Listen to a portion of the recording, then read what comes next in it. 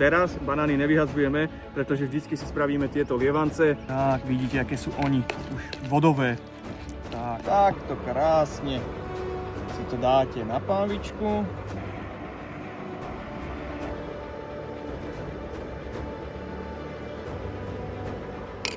Tak teda dobrú chuť všetkým.